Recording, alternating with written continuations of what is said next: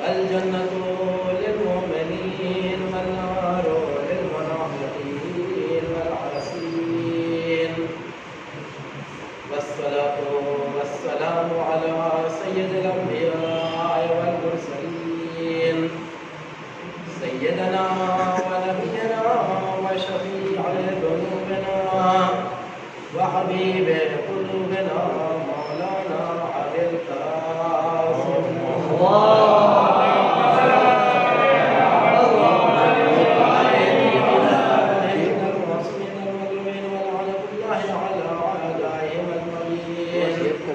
من ليلنا هذا إلى قيام يوم الدين أما بعد فقد قال الله تبارك وتعالى في كتابه المبين وهو أصدق الصادقين وقوله الحق بسم الله الرحمن الرحيم يا أيها الرسول بلغ ما أنزل إليك من ربك وإن لم تفعل فما بلغت رسالته والله يعصمك من الناس إن الله لا يهدي القوم الكافرين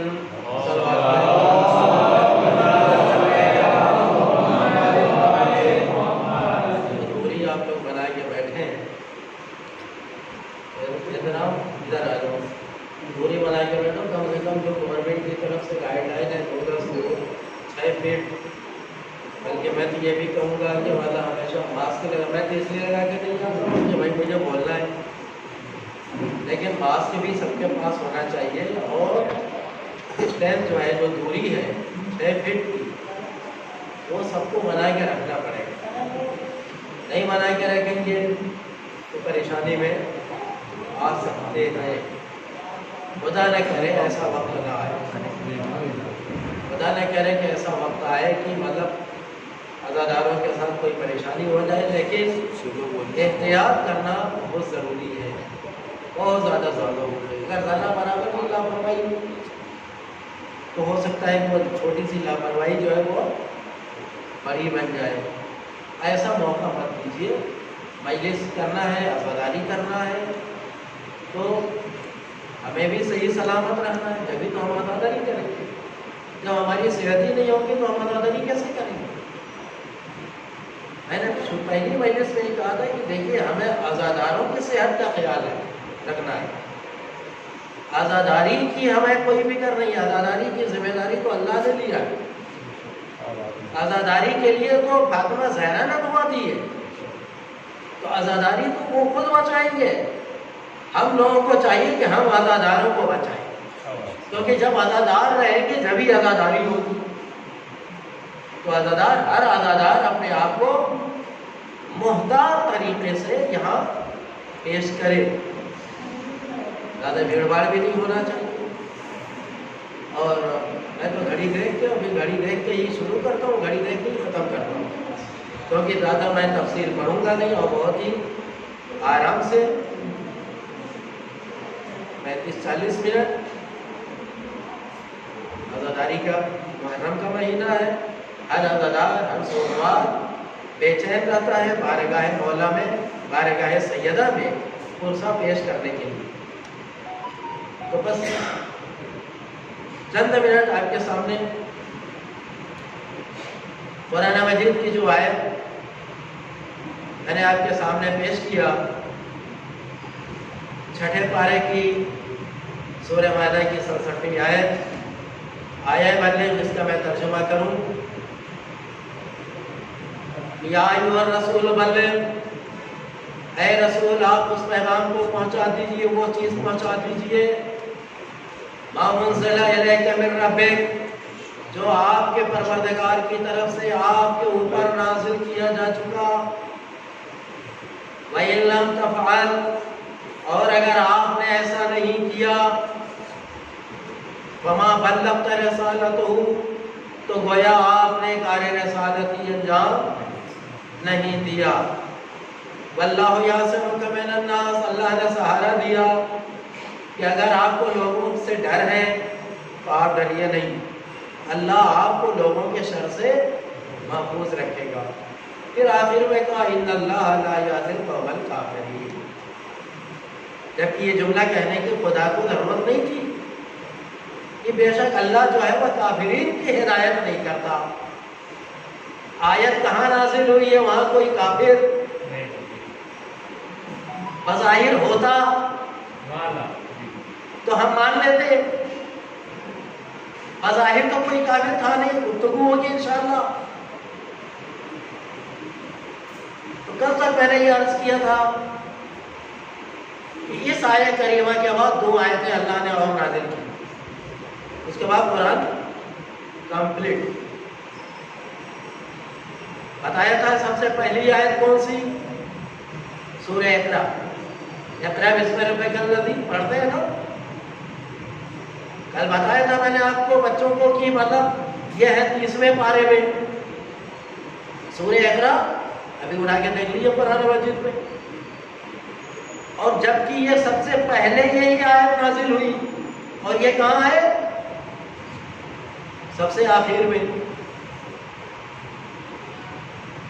آیا بننے کے بعد 2 آیتیں آئیں، ایک آیت الیوم اکملت لکم دینکم، جس میں دین اسلام کے کمال مکمل ہونے کی سند اور اعلان ہے، اور دوسرا سال سائل بعذاب واقع۔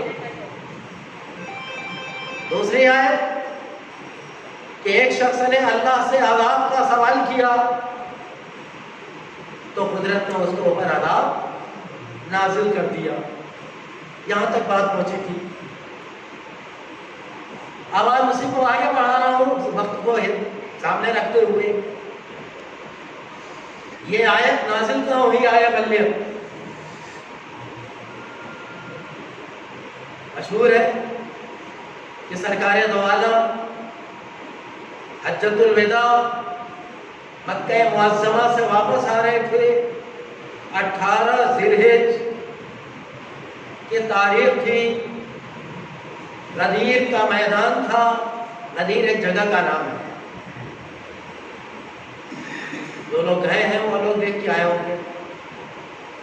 اب آج کل تو سوشل میڈیا کے اوپر بھی آ جاتا ہے، غدیر کا میدان آپ کو دیکھ مل جائے گا سوشل میڈیا پہ، زائرین جاتے ہیں زیارت کر رہے ہیں۔ آج تو بہت اچھا ہے، صاف ستھرا ہے، لیکن اس زمانے میں 1400 سال پہلے خاردار جھاڑیاں تھیں۔ جب قافلہ وہاں پہنچا حاجیوں کا، اور سرور کائنات ساتھ میں تھے، اتنے میں یہ آیت مبارکہ نازل ہوئی، یا ایھا الرسول بلغ، اے رسول آپ پہنچا دیجئے۔ بس اللہ کے رسول فوراً وہیں کے اوپر ٹھہر جاتے ہیں۔ بلال حبشی کو بلایا، بلال اذان دو، اور اذان جو ہوگی حی علی خیر العمل کے ساتھ ہوگی۔ بس جیسے ہی بلال کھڑے ہوئے اور اذان دینا شروع کیا، حی علی خیر العمل، حی علی خیر العمل، تو جو آگے بڑھ گئے تھے وہ واپس آئے، اور جو پیچھے تھے ان کا وہ جلدی جلدی یہاں کے اوپر آئے۔ تو پتہ یہ چلا کہ رسول کی زندگی میں حی علی خیر العمل اذان کا جز تھا، اور اس کے گواہ کتنے ہیں؟ 1,20,000 حاجیوں کا مجمع کتنا بڑا تھا؟ اس کو موٹے لفظوں میں کہا جاتا ہے 1,25,000۔ قیامت تک ایسا مجمع اب روئے زمین پر جمع نہیں ہو سکتا۔ آپ کہیں گے کہ مینا میں تو 40 لاکھ جمع ہو رہے ہیں آج کے موقع پر، تو میں کہوں گا 40 لاکھ جمع ہوتے ہیں، لیکن اس میں کوئی ایک صحابی ہوتا ہے؟ صحابی ہوتا ہے اس میں کوئی؟ لیکن جب غدیر کا موقع تھا 1,20,000 حاجی بھی تھے اور اس کے ساتھ صحابی بھی تھے، اور ان کے بیچ میں اللہ کو پیغام پہنچانا تھا، اللہ کا پیغام رسول کو پہنچانا تھا۔ بلال سے کہا حی علی خیر العمل۔ لوگ آگے ہم سے کہتے ہیں کہ آپ لوگ اذان میں علی ولی اللہ کیوں کہتے ہو؟ اس کا چھوٹا سا جواب یہ ہے ہماری طرف سے کہ آپ کے یہاں تو حی علی خیر العمل بھی نہیں ہے. اگر حی علی خیر العمل ہوتا تو علی ولی اللہ بھی ہوتا. صلوات پڑھ دیں محمد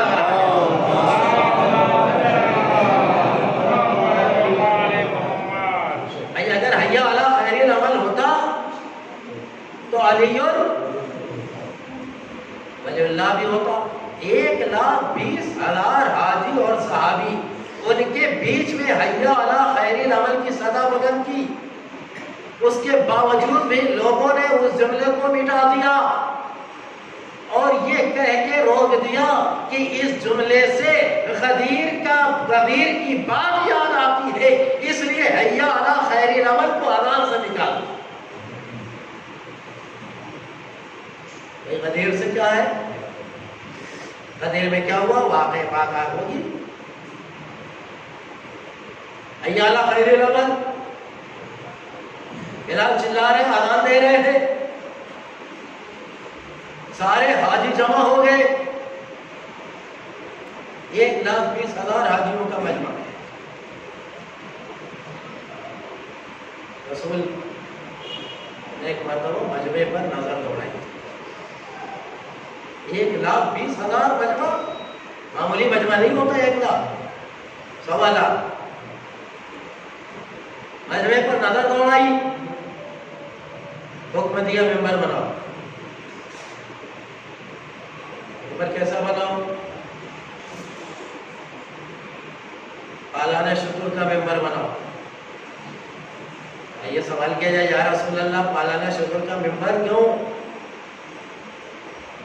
ممبر تو بنتا ہے لکڑی کا اور آپ تو سید الانبیاء ہوئے، آپ تو سید المرسلین ہیں. آپ تو اشارہ کرتے ہیں تو چاند دو حصوں میں تقسیم ہو جاتا ہے.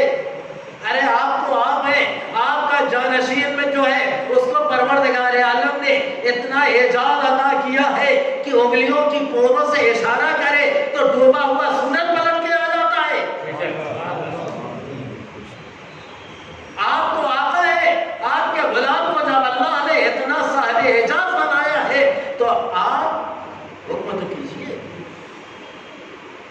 ارے ممبر مدینے سے بھی آ جائے گا، مکے سے بھی آ جائے گا، عرش سے بھی آ جائے گا.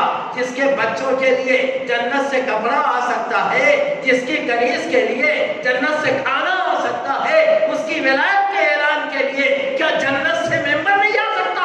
صلوات پڑھ دیں محمد والا.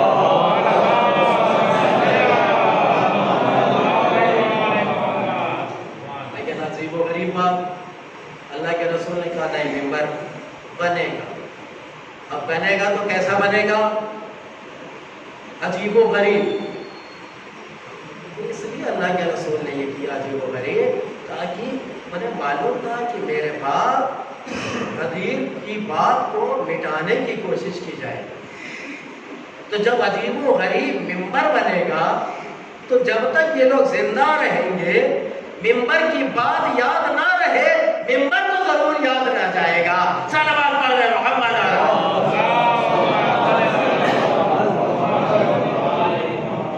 ممبر کی بات چاہے بھلا دیں. امام محمد باقر علیہ السلام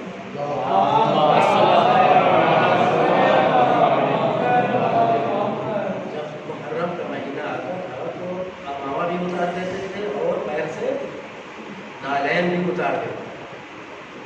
تو لوگ پوچھتے تھے کہ مولا ایسا کیوں کرتے ہیں؟ تو امام جواب میں ارشاد فرماتے کہ میں محرم کا یہ احترام اس لیے کرتا ہوں تاکہ تم لوگ غدیر کی طرح سے محرم کو فراموش نہ کر دو. یعنی یہ امام کا یہ فرمان بتاتا ہے کہ لوگ غدیر کو فراموش کر بیٹھے، اب خدا کے واسطے محرم کو تمہیں زندہ رکھنا ہے. صلوات پڑھ دیں محمد.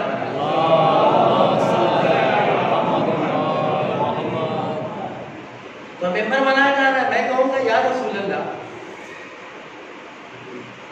ممبر چشم زدن میں وہاں سے بھی آ سکتا ہے، مکے سے بھی آ سکتا ہے، مدینے سے بھی آ سکتا ہے، عرش سے بھی آ سکتا ہے. میرے سامنے قرآن کی مثالیں موجود ہیں. کون سی مثال؟ جناب سلیمان پیغمبر جنہوں نے اللہ سے دعا کیا تھا پروردگار مجھے دنیا کا سب سے بڑا بادشاہ بنا دیا. جناب سلیمان جناب داؤد علیہ السلام کے بیٹے. جناب داؤد علیہ السلام کا کام کیا تھا؟ لوہے کا کام کرتے تھے. لوہے کا کام کرنے والوں کو کیا کرتے ہیں؟ اللہ نے ان کو ایک معجزہ عطا کیا. معجزہ کہ وہ لوہے کو ہاتھ سے لگاتے تھے تو لوہا موم کی شکل اختیار کر جاتا. تو میرے مولا علی نے فرمایا عمار علی کی خدمت میں آئے اور آ کر کے گریہ کر رہے ہیں مولا قرضدار ہو گیا ہوں کچھ مدد کر دی تاکہ میں اپنا قرضہ اتار سکوں. میرے مولا نے ایک مرتبہ ایک پتھر کی طرف نگاہ دوڑائی. ایک پتھر کی طرف عمار سے کہا کہ جاؤ وہ پتھر اٹھا لو اور اپنا قرضہ پورا کر لو ادا کر لو. مولا علی کس سے کہہ رہے ہیں؟ اپنے چاہنے والے سے. عمار نے کہا مولا وہ تو پتھر ہے. کہا بے وقوف مجھ سے محبت کرتا ہے. ارے جا کر کے یہ کہہ دو کہ میرے مولا علی نے کہا ہے. بھئی یہ کہہ کے اٹھا لو پھر دیکھو علی کا معجزہ. علی نے ہاتھ میں پتھر نہیں اٹھایا. عمار آگے بڑھے جا کے پتھر کو اٹھایا اور کہا میرے مولا کا حکم ہے. وہ پتھر ڈالا سونا بن گیا. دیکھا آپ نے؟ تو علی نے کہا عمار اس کو لے جاؤ جتنی تمہیں ضرورت ہے اس کو توڑ کے لے جاؤ اور اپنا قرضہ ادا کرو.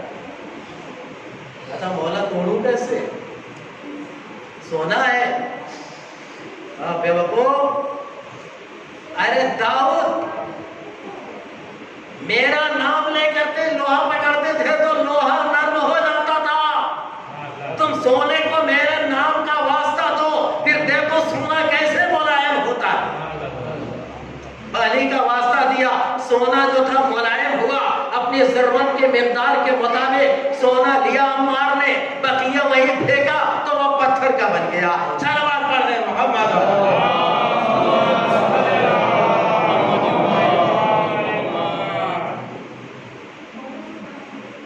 لیکن آپ گاڑی کسی کی گیٹ کے سامنے کھڑی ہے جن کی اویگن آر ہے تو اس کو ہٹا کر کروا دیں. صلوات پڑھیں.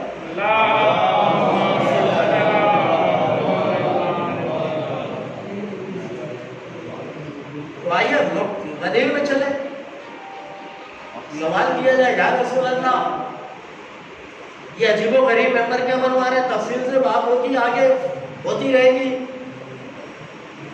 لیکن یہاں ایک قیمتی اشارہ کر کے کہ جناب سلیمان نے سب سے بڑی حکومت کی دعا کیا تھا پروردگار مجھے ملک عظیم عطا کر. اللہ نے دیا کہ نہیں دیا؟ ایسی حکومت بتائیے کبھی کسی بادشاہ کو ملی؟ ہوا پہ بھی حکومت, چرندوں پرندوں پہ بھی حکومت, انسانوں پر بھی حکومت, وحشی جانوروں پر بھی حکومت, جناتوں پر بھی حکومت, طیور پرندوں پر بھی حکومت. اتنی عظیم حکومت کے مالک. اور جب تخت میں بیٹھتے تھے تو تخت اڑتا تھا ہوا, اور جب اڑتا تھا تو پرندے سایہ کرتے تھے کہ سورج کی شعاع جو ہے سرکار کے چہرے تک نہ جائے. اتفاق ایسا کہ ہدہد پرندہ نہیں تھا, کرن آ گئی, آپ نے سر اٹھا کے دیکھا, ہدہد بھائی پوچھا کہاں گیا, لوگوں نے بتایا گیا کہیں, کہا مجھ سے پوچھ کے نہیں گیا, مختصر آئے گا تو اس کو سزا دوں گا, اگر کوئی اہم خبر سنائے گا تو بچ جائے گا. وہ آیا کانپتے کانپتے آ کے کہتا ہے کہ یا نبی خدا آپ تو کہتے ہو کہ سب سے بڑا بادشاہ میں ہوں, اور آپ کے ہوتے ہوئے ملک سبا میں ایک خاتون جو ہے وہ بادشاہ ہے بلقیس، دربار میں پہنچے، اب بہت بڑی خبر لایا ہم تو، دربار میں لوگوں سے پوچھا، وزیروں سے، کہ تم میں کون ایسا ہے جو دربار ختم ہونے سے پہلے تخت بلقیس کو لا کے میرے قدموں میں ڈال دے۔ بہت توجہ، بات ہو رہی ہے غدیر کے ممبر کی، کہ ممبر بنانے کی کیا ضرورت ہے، صرف اشارہ ہوتا۔ تو سلیمان کا ایک وزیر جانشین یا یوں کہوں کہ غلام، نام کیا تھا؟ آصف ابن برقیہ، وہ کھڑے ہوئے، وہ کہا یار یہ خدا یہ کام میں کر سکتا، قرآن مجید میں ہے واقعہ، ان کے دربار سے ملک سبا کی دوری معلوم ہے اس زمانے میں کتنی تھی؟ 1 مہینے کے سفر کی دوری تھی۔ اللہ 1 مہینے میں گھوڑے پہ آدمی جتنا دوڑ کے جائے گا اتنی دور تھا ملک سبا۔ آصف ابن برقیہ نے کہا کہ میں چشمے زدن میں لے آؤں۔ آصف ابن برقیہ امام ہے کیا؟ نبی ہے کیا؟ پیغمبر ہے کیا؟ ایک پیغمبر کا ادنا سا غلام ہے نا، وزیر ہے، اور اس نے جو کہا تھا کر کے بھی دکھایا کہ اتنی دور سے تخت بلقیس کو لا کر کے جناب سلیمان کے دربار میں قدموں پہ ڈال دیا۔ تو قرآن نے آصف ابن برقیہ کا قصیدہ پڑھا کہ اِنَّهُ عِلْمٌ مِنَ الْكِتَابِ، میں نے ان کو کتاب کا کچھ علم عطا کیا ہے۔ اور کیجیے گا، پوری کتاب نہیں، تھوڑا اور وضاحت کر دوں اپنے بچوں کو۔ چھٹے امام فرماتے ہیں کہ آصف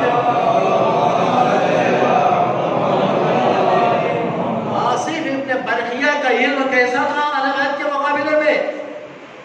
جیسے سمندر میں مچھر اپنے پر کو بھگو کے نکل جائے، ایسا آصف کا علم تھا، اور سمندر جو ہے وہ اہل بیت کا علم۔ صلی اللہ علیہ وسلم۔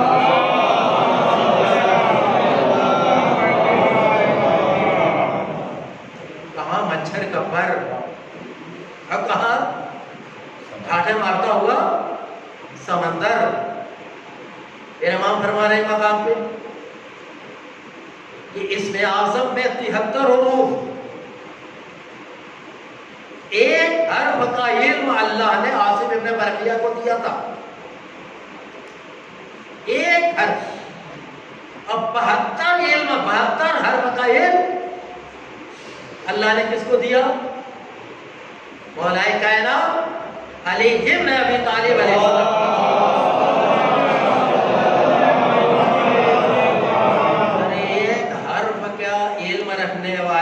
اللہ اتنی طاقت دیتے کہ 1 مہینے کی مسافت جو ہے وہ چشم زدن میں کر سکتا ہے، تو جس کے پاس 72 حروف کا علم ہوگا اس کا اعجاز کیا ہوگا؟ صلوات پڑھنے محمد۔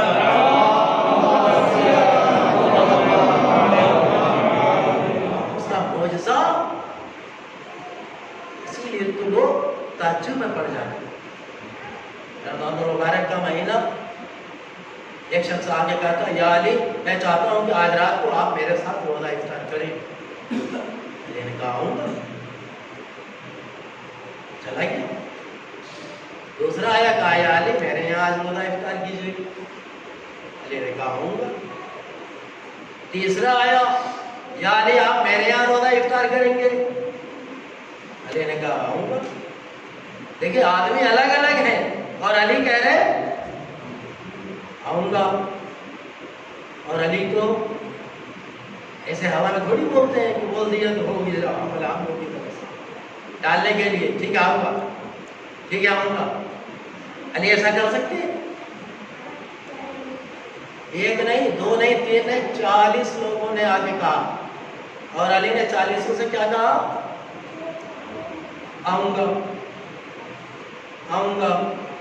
اس میں وہ لوگ بھی تھے جو علی سے وعدہ اس لیے لیا تھا کہ علی کا امتحان لیا جائے، ایسے لوگ بھی تھے۔ علی نے کہا آؤں گا۔ افطار کا وقت آیا، علی نے افطار کیا۔ دوسرا دن آیا، مسجد میں لوگ آئے، ایک شخص کہتا ہے دوسرے سے، کیا کہنا، علی کل میرے یہاں مہمان، میرے ساتھ روزہ افطار کیا، میرے گھر میں برکت ہی برکت۔ دوسرا کہتا یار سوچ سمجھ کے بولو، علی تو میرے یہاں ہے۔ اتنے میں تیسرا آیا، کہتا یار کیا بکواس کر رہے ہو، علی تو میرے یہاں تھے افطار میں۔ اس طرح سے لوگ بڑھتے جا رہے ہیں۔ سلمان فارسی آ گئے، سلمان فارسی تو مسکرا رہے تھے اندر کہ انہی سبوں کو تو شک تھا۔ وہ سب آ کے سلمان فارسی سے شکایت کر رہے ہیں، جا یار ان کو، علی میرے یہاں پہ یہ کہہ رہے، دونوں کہہ رہے ہیں تم سب جھوٹے ہیں۔ یعنی وہ جو علی کو جھوٹا سا کرنے کی کوشش کر رہے تھے، وہ خود ایک دوسرے کو، سلمان نے کہا یار میں کیا کہہ رہا ہوں، علی تو میرے یہاں پہ۔ مسئلہ اور مشکل ہو گیا، ابھی تو 3 جگہ میں تھے، سلمان نے اور تیل ڈال دیا اس میں۔ ایسا کہہ رہے رسول کے پاس چلو، یا رسول اللہ ان لوگوں کو سمجھا دو آپ، بھائی ابو ذر بھی ابھی باقی ہے، مقداد بھی ہے، سب منزلیں چھوڑ کے کہا ڈائریکٹ آپ رسول کے پاس۔ رسول نے کہا بھائی علی تو میرے ساتھ روزہ افطار کر رہے تھے کل۔ اچھا بھائی اب تو بات اب آگے بڑھ رہی ہے۔ اتنے میں جبریل آئے، یا رسول خدا درود و سلام کے بعد فرماتا ہے کہ خدا درود و سلام کے بعد ارشاد فرماتا ہے، اے یا رسول خدا میرا استاد تو میرے ساتھ عرش پہ تھا۔ پھر اللہ کی طرف کا پیغام پہنچایا کہ یا رسول اللہ علی کے لیے تو خدا کہہ رہا ہے کہ علی تو میرا مہمان تھا۔ چل واپس ہے محمد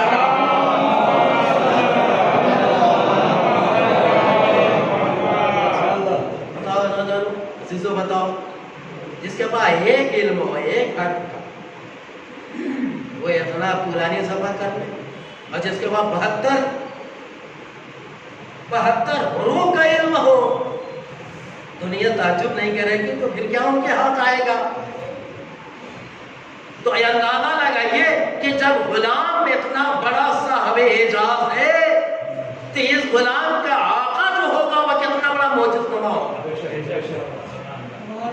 دنیا جو یہ کہتی ہے کہ اسے علی کو مانتے ہیں، بھائی ہم تو یہ کہتے ہیں علی نے کہا انا عبد من عبید محمد، میں علی خود بنوا رہے ہیں کہ وہ محمد کے غلاموں میں سے ایک غلام ہوں ادنا سے۔ تو جب ہم علی کے فضائل بیان کرتے ہیں تو آقا کے فضائل کو خود بخود سمجھ لو۔ جب علی کے فضائل ہماری عقل سے بالا تر ہے تو محمد کے فضائل کتنے بالا تر ہوں گے؟ صلوات پڑھ رہے محمد۔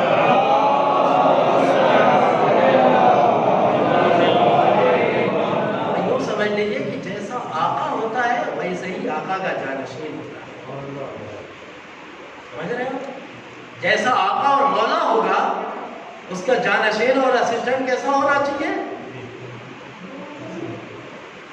اگر میں یہاں نہ رہوں، کہیں باہر سفر میں چلا جاؤں اور نماز کا وقت ہو تو آپ کس سے نماز پڑھواؤ گے؟ جو میرے جیسا ہو یا کوئی بھی کھڑا ہو جائے؟ جانشین کس کو کہتے ہیں؟ بھلے اس کے ایکول نہ ہو لیکن کچھ تو ہو۔ علی کس کے جانشین؟ رسول کے۔ تو جو صفات رسول کی وہی صفات، صرف رسالت کو ہٹا دیجیے، باقی یہ سارے صفات۔ کہ جانشین کہاں ہے، اپنا وسیع کہاں ہے، کہا ہے کہ نہیں کہا ہے؟ جانشین جو ہوتا ہے وہ اکمل کے قریب ہوتا ہے، اور حسین جس کو اپنا جانشین بنا دے، ہم لوگ بہت ہلکے میں لیتے ہیں اس کو۔ جناب مسلم ابن عقیل جب کوفے والوں نے خط بھیجا تھا میرے مولا کے پاس، تو حسین نے اپنا کس کو نائب بنا کے بھیجا؟ اپنا جانشین کس کو بنا کے بھیجا؟ کیا عظمت ہے مسلم ابن عقیل! عظمت تو دیکھے آپ، ہر کسی کو اپنا جانشین بنا کے نہیں بھیجا، اور سند کے ساتھ، تحریری سند کے ساتھ بھیجا ہے کہ مسلم کے ہاتھ پر بیعت کرنا گویا حسین کے ہاتھ پر بیعت کرنا ہے۔ اب حسین کے اندر جتنے صفات آپ کو ملیں گے وہ سارے صفات آپ کو، سارے علوم مسلم ابن عقیل کے اندر ہونا چاہیے کہ نہیں ہونا چاہیے؟ حسین یا کوئی بھی امام ہر کسی کو اپنا نائب اسسٹنٹ نہیں بنا سکتا، مسلم ابن عقیل کو اپنا نائب بنا کے بھیجا۔ کیا ہے عظمت، کیا ہے شان! اور کیا بنا کے بھیجا؟ سفیر بنا کے بھیجا۔ سفیر انگریزی میں کیا کہتے ہیں آپ؟ ایمبیسڈر۔ سفیر آتے ہیں نا دوسرے ممالک سے ہر ملک میں۔ کسی ملک میں ایسا ہوتا ہے کہ کسی سفیر کے ساتھ کوئی بد کلامی کرے، بے حرمتی کرے؟ ارے پوری دنیا میں اگر کوئی سفیر کسی بھی ملک کا، چھوٹے سے چھوٹے ملک کا بھی اگر سفیر کسی بڑے ملک میں چلا جائے تو امریکہ جیسا ملک کا جو پریزیڈنٹ ہوگا اس سفیر کا احترام واجب سمجھتا ہے۔ بس سلوکی نہیں کرتا دنیا کا کوئی بھی ملک، کوئی بھی صدر آنا جاتا ہے نہیں؟ آپ بتائیں دنیا میں کوئی بھی ایسا ہوا ہے کہ کسی سفیر کے ساتھ بے حرمتی ہوئی ہو، بد کلامی ہوئی ہو؟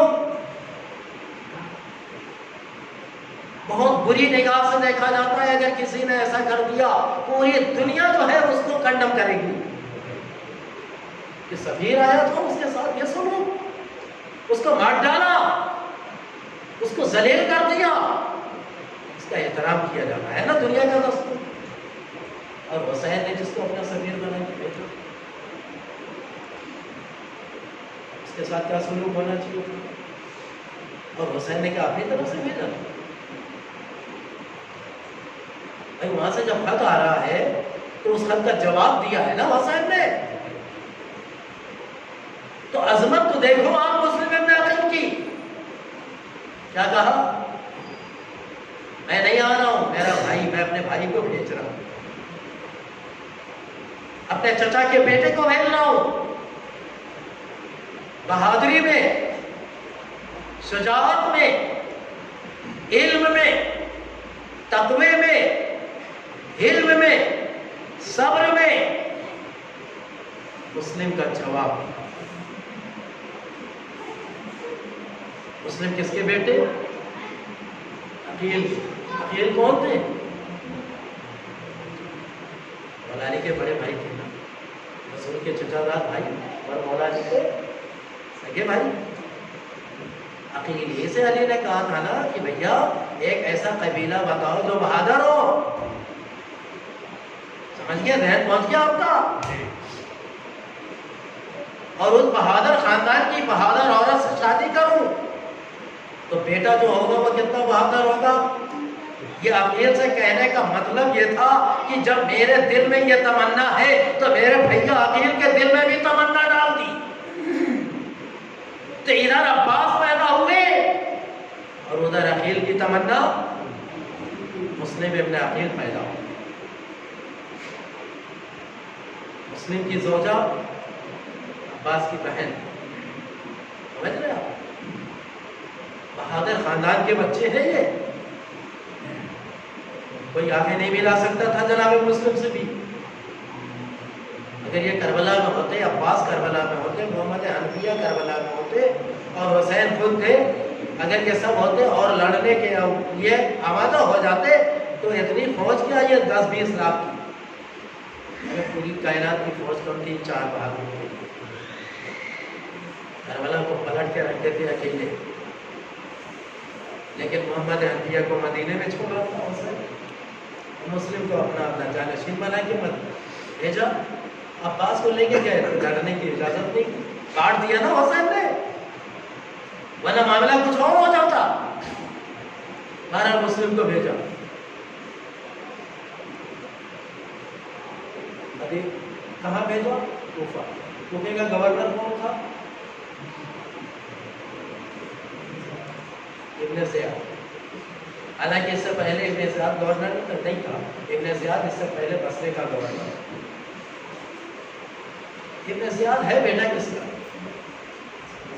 ابن زیاد، زیاد کا بیٹا، جس کا نام کیا تھا اصلی؟ عبید اللہ۔ کرکٹ بھی ہوتا ہے ان کے نام سے، تو وہیں سے نام آیا، سمجھ رہے؟ ابن زیاد کا نام جو تھا وہ عبید اللہ، اب باپ کا نام زیاد، عبید اللہ ابن زیاد۔ زیاد کو جانتے ہیں؟ زیاد کس کا بیٹا تھا؟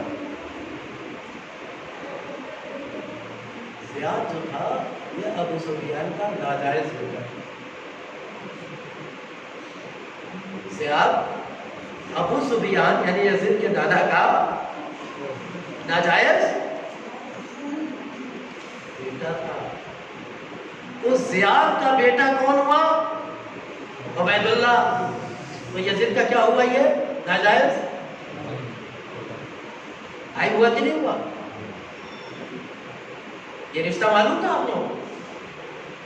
اللہ اسی گھرانے کا ہے یہ، اور اس سے کبھی اچھائی کی امید اہل بیت کے لیے کیا ہی نہیں جا سکتا۔ تو ایک طرف ابن زیاد کا یہ ہے شجرہ، اور ایک طرف مسلم ابن عقیل کا شجرہ ہے نا، دونوں شجرے ہیں سامنے۔ ابن زیاد پہلے بصرے کا گورنر تھا،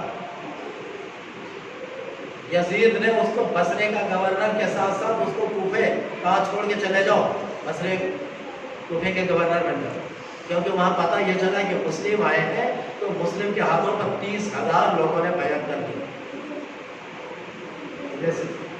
یزید کو ڈر تھا کہ ایسا نہ ہو کہ کوفہ میرے ہاتھ سے نکل جائے۔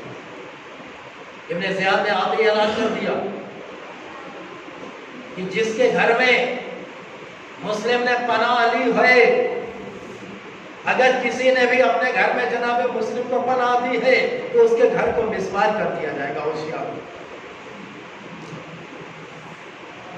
آج ابن زیاد کی حکومت ہے، وہ یہ کہہ رہا ہے کہ مسلم جس کے گھر میں چھپے ہیں اس کے گھر کو آگ لگا دی جائے گی۔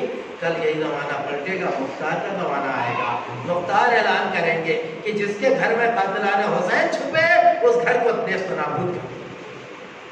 کوفہ وہی ہے، حکم حاکم بدلے گا، انداز وہی ہو۔ آج مسلم کے لیے یہ اعلان ہے، اور کل قاتلان حسین کے لیے یہ اعلان ہے۔ مسلم گئے، 30,000 لوگوں نے بیعت کی، لیکن جب ابن زیاد آ کے اس نے ڈرایا، لوگوں نے بیعت کھینچی۔ بہت اختصار کے ساتھ وقت ختم ہو رہا ہے، کیونکہ ان دنوں میں مجالس زیادہ تفصیلی نہیں ہونا چاہیے، زیادہ دیر تک بیٹھنا نہیں چاہیے۔ میں بار بار آپ لوگوں کی بھلائی اور صحت کے لیے یہ بات میں کرتا ہوں، بہت مختصر۔ 30,000 لوگوں نے بیعت کی اور ہاتھ کھینچ لیا۔ نماز کے بعد پلٹ کے دے گا تو کوئی ہے کہ نہیں؟ مسجد کوفہ کی سیڑھی کے اوپر بیٹھ گئے، پھر وہاں سے اترے، ایک دروازے پر آ کے بیٹھ گئے، ایک خاتون معظمہ، اور آ کر کے کہتی ہیں کہ اے شخص، تمہیں معلوم نہیں ہے کوفے کے حالات اچھے نہیں ہیں، اندھیرا ہو چکا ہے، اپنے گھر چلے جاؤ۔ مسلم نے سر اٹھایا، کہا جس کا کوئی گھر ہی نہ ہو، جس کا کوئی گھر ہی نہ ہو وہ کہاں جائے؟ یا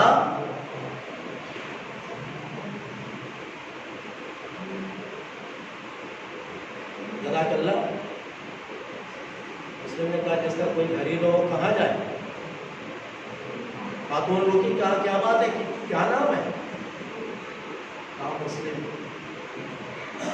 کہا مسلم، یہ سننا تھا کہ وہ تو عاشق ہو گئی۔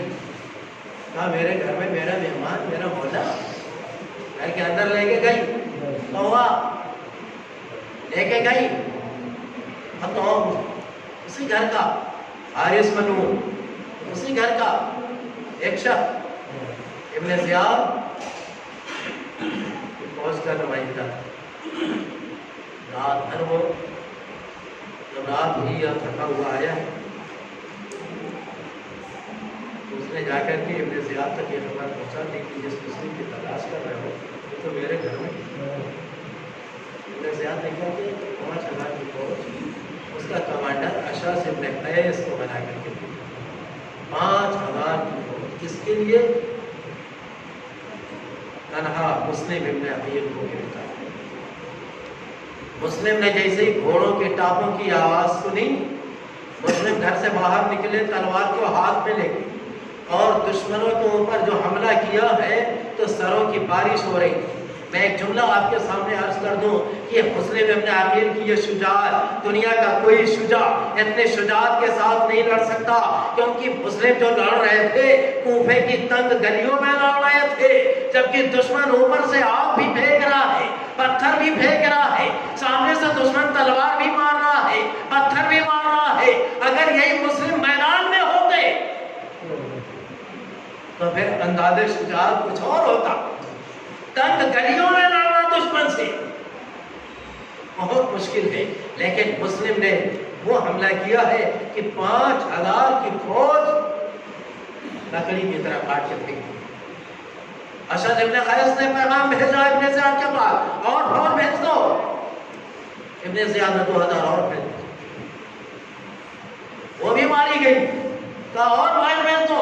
ابن زیاد پلٹ کے کہتا کیا ہے، ایک مسلم کو گرفتار کرنے کے لیے فوج پہ فوج میں بھیج رہا ہوں اور تم فوج پہ فوج بنا رہے ہو۔ اشعث ابن قیس جو منون جو کمانڈر تھا وہ کہتا ہے دشمن ہو کے، کہتا ہے ابن زیاد، ارے تم نے کسی کوفے کے بقال سبزی فروش کو بچانے کے لیے بھیجا ہے؟ یہ بنی ہاشم کے نوجوان اور شیر ہے، مسلم ابن عقیل بنی ہاشم کے شیر ہے۔ فوج آئی، دشمن نے یہ پروگرام بنایا، سازش رچی، ان سے ایسے نہیں لڑا جا سکتا۔ دھوکے کے ساتھ گڈھا کھودا گیا، گڈھے میں گھسو خاشاک گھاس پھوس ڈال دیا گیا، دشمن نے پوری طاقت سے للکار کے حملہ کیا۔ جب مسلم شیر ببر کی طرح سے حملہ کرتے ہوئے آگے بڑھے، دشمن سازش کے تحت پیچھے ہٹا۔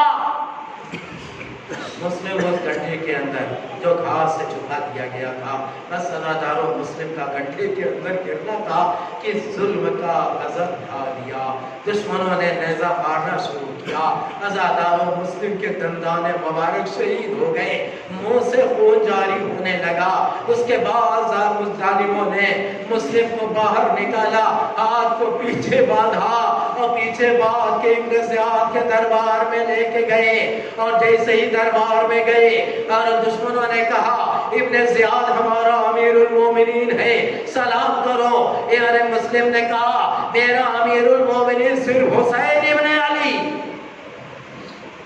لعنت ہو ابن زیاد کے اوپر۔ بس ازاداروں جیسے مسلم نے لعنت بھیجا اور کہا کہ میرا مولا امیر تو صرف حسین ابن علی ہیں، بس ابن زیاد نے کہا ان کو قتل کر دو۔ ابن زیاد کا حکم ہوا، جناب مسلم نے اشارہ کیا کہ اے ابن زیاد مجھے قتل تو کرنا چاہتے ہو، میری 2-3 وصیتیں سن لو۔ میں کوفے میں آیا تھا تو مہمان بن کے آیا، میں یہاں قرضدار ہو گیا ہوں، میری زرہ بیچ کے میرا قرض ادا کر دینا۔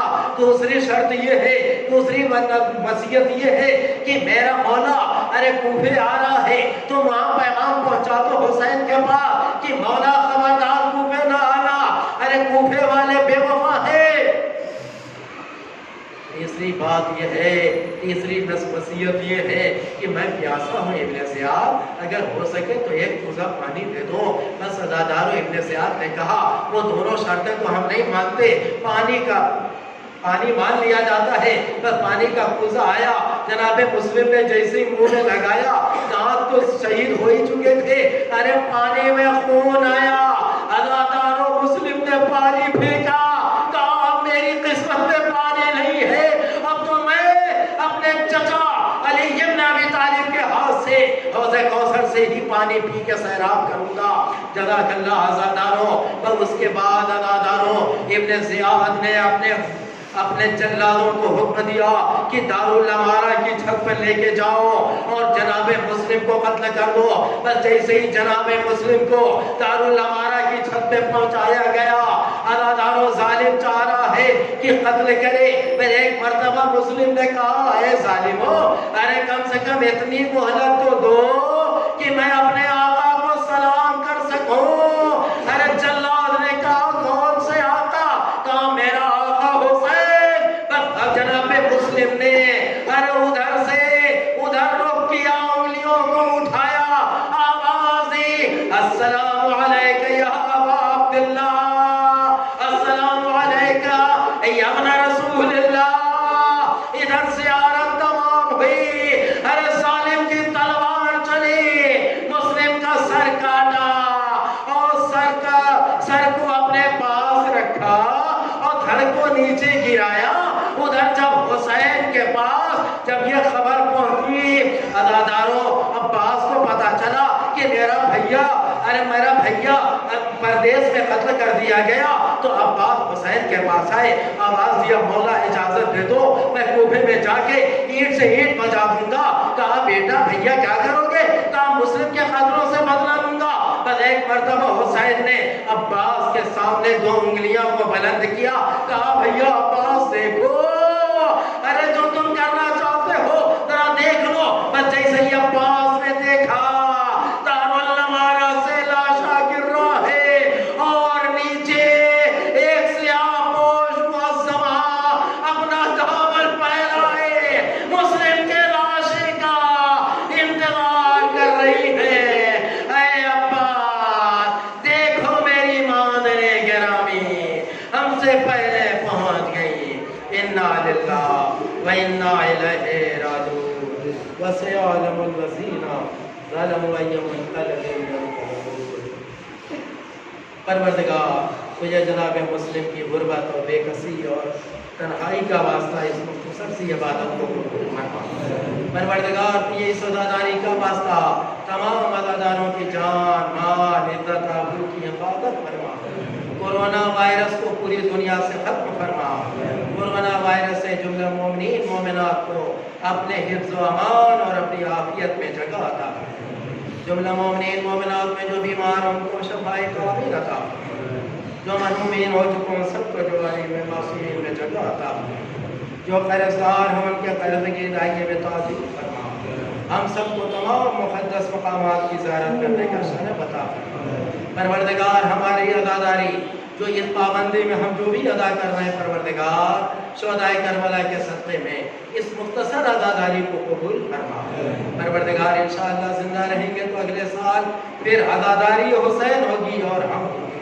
پروردگار جو مرحومین ہو چکے ان سب کی مغفرت کرنا، جو بھوکے ہیں ان کو کھانا عطا کرنا، جو پردیس میں ہیں ان کو سلامتی کے ساتھ ان کے وطن میں واپس پہنچا۔